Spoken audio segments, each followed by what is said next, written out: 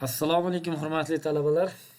Biz siz bilan bugun Turnitin veb-saytiga kirib, qanaqa qilib plagiatga, ya'ni similarity reportga tekshirishni o'rganamiz va undan AI detektorida aniqlash uchun foydalanish mumkin. Faqat AI detektor talabalarga ko'rinmaydi, u o'qituvchiga ko'rinadi, ya'ni necha foiz AI dan foydalanilganligi.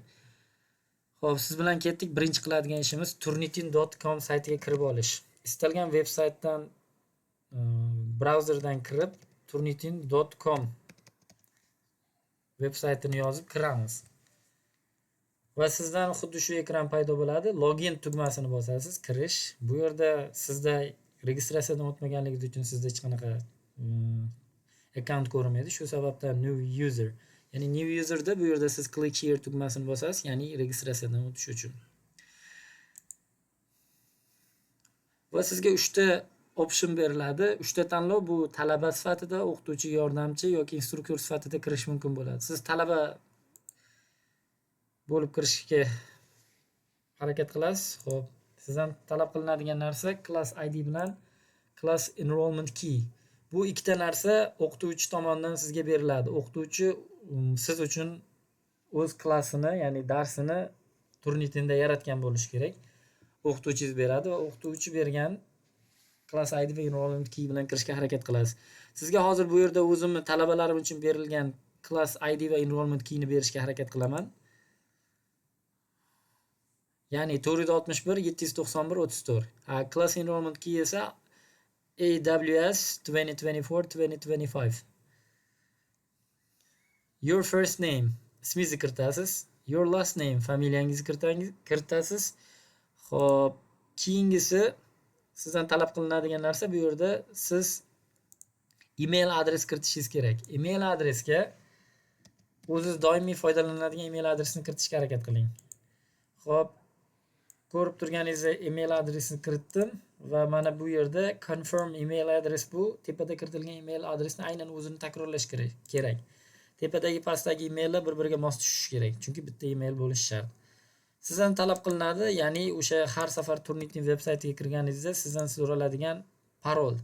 Parol kamida 12 ta belgidan iborat bo'lishi kerak va 12 ta belgi o'zining ichiga kamida bitta raqam, bitta bosh harf va bitta kichik harf va quyidagi belgilardan bittasini o'zining ichiga olgan bo'lishi kerak. Sizga va boshqa talabalarga doimo taklif qiladigan, maslahat beradigan passwordni siz bilan bo'lishaman. Bu yerda dollar belgisini yozib, ismingizni bosh harfi bilan boshlaysizda, qolganlari kichik harfda va yana dollar belgisini qo'yasiz.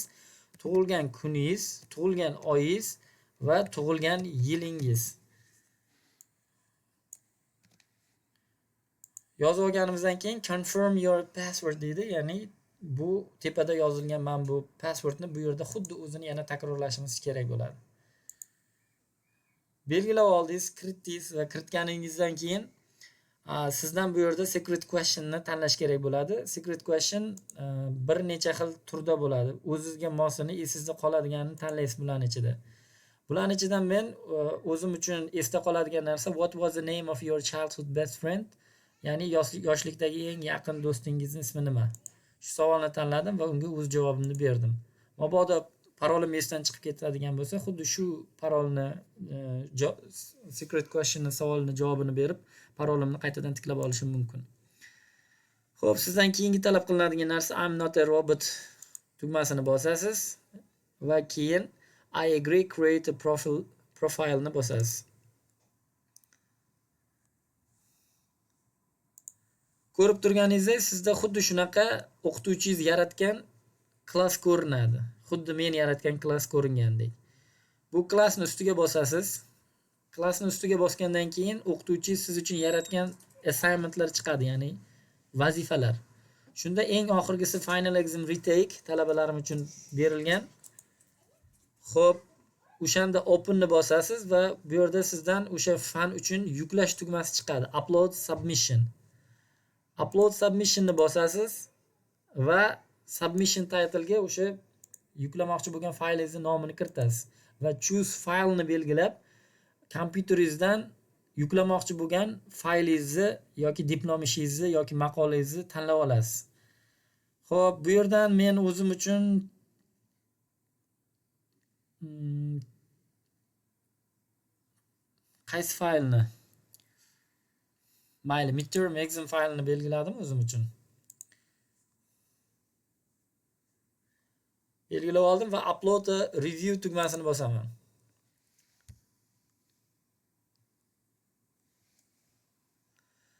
Upload review tugmasini bosdim va sizda ham xuddi shunaqa holatda ko'rinish bo'ladi. Siz submit to Turnitin ni bosasiz. Submit to Turnitin bosilgandan keyin u sizni avtomatik boshqa oynaga yo'naltiradi. Xuddi sizda mana shunaqa narsa sizda chiqishi kerak. Ya'ni bu yerda similarity report 13%. Demak, 13% boshqa joydagi manbalar bilan o'xshash ekan. Xo'p, odatda bu universitetga bog'liq ko'plab xalqaro universitetlarni similarity reporti mumkinlik foizi 25% gacha. Ba'zi institutlarda 20%. Endi bu albatta o'qituvchini va institutga o'ziga bog'liq bo'ladi. Xo'p, qiladigan ishingiz, uni tekshirmoqchi bo'lgan vaqtingizda ustiga bosasiz maqolani, ya'ni u siz yuklagan faylni ustiga bosasiz va sizda Feedback Studio oynasi ochiladi.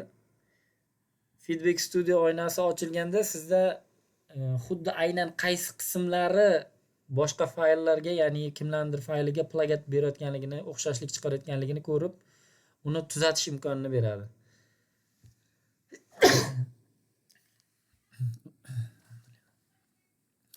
Hozir internetimiz sal sekinroq ishlayapti. Ishlashi bilan, ochilishi bilan ko'ramiz.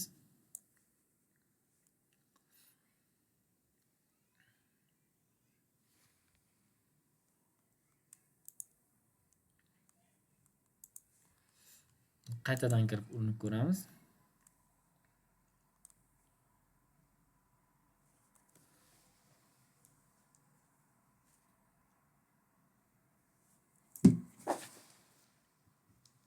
Internetimiz uzilib qolibdi.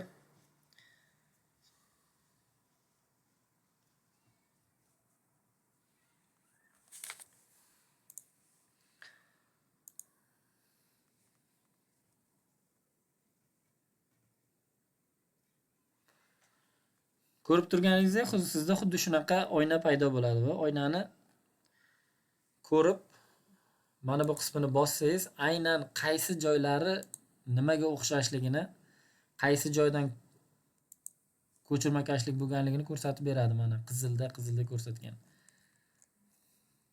7%, 6%, 5%, 6% qilib chiqaradi. Xuddi mana shu joyda o'qituvchingizga mana shuni necha foizini deylik ChatGPTda yoki boshqa AIda bajarganligingiz ko'rinadi. U narsa sizga ko'rinmaydi. Va agar o'qituvchingiz belgilagan bo'lsa, xuddi shu joyda yana uni siz yuklagan faylni grammatik xatolarini, so'z birikmalari, word selection bilan bog'liq, punctuation ya'ni punktuatsiya bilan bog'liq xatolarni ko'rib chiqishingiz mumkin. U narsa grammatik xatolar belgilanganda, ya'ni agar yangi klass bo'lsa, unda ko'rishingiz mumkin bo'ladi. Ko'rib chiqib, xatolaringizni bilib, masalan, xatolaringiz esdan chiqib ketadigan bo'lsa, current view ni bilan bosib yuklab olib, xatolaringizni ko'rib chiqib, o'sha original faylni qaytadan to'g'irlab, yuklab, qaytadan yuklashingiz mumkin. Qaytadan yuklash uchun xuddi shu tugmani ustiga bosasiz. Hozir menda bu assignment, ushbu klass uchun final exam retake assignment, ya'ni bu ushbu vazifa deadline o'tib ketgan, shuning uchun qayta yuklab bo'lmaydi. Agar deadline o'tmagan bo'lsa, bir necha marta qayta yuklash mumkin va qayta tekshirish mumkin bo'ladi. Similarity reportni, grammatik va boshqa xatolarni qayta tekshirib olish imkonini beradi. Talabalar, shu bilan sizga yetkazmoqchi bo'lgan ma'lumotim o'z yakuniga yetdi. E'tiboringiz uchun rahmat, sog' bo'ling.